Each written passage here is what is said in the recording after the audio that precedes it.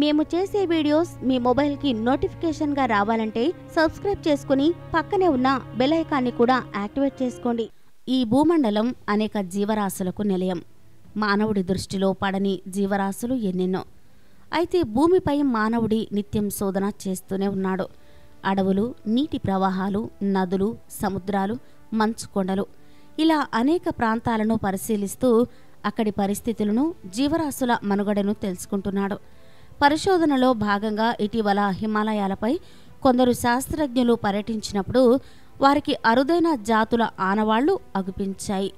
సుమారు 211 జాతులను కనుగొనగా వాటిలో 2 రకాల జాతుల ప్రవర్తన వారికి ఆసక్తిని రేకెత్తించాయట. దాంతో ఆ జాతులపై మరింత లోతుగా అధ్యయనం చేసినప్పుడు పలు విషయాలు వెలుగుచూశాయి. ముఖ్యంగా హిమాలయాల్లో 2 భిన్నమైన జాతుల గురించి వారు నిశితంగా గమనించినప్పుడు, ఒకటి నేలపై నడిచే చేప. ఇది నేలపై 4 రోజుల పాటు అలాగే ఉండగలదట. అలాగే సుమారు 400 మీటర్ల మేర గెంతుకుంటూ వెళ్లగలదట.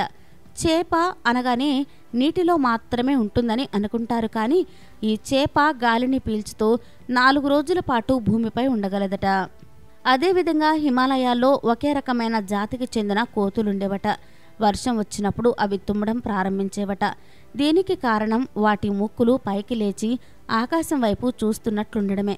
అందువల్ల వర్షం రాగానే వర్షపు చినుకులు నేరుగా వాటి ముక్కు రంధ్రాల్లోకి చేరడంతో తుమ్ములు వచ్చేవి.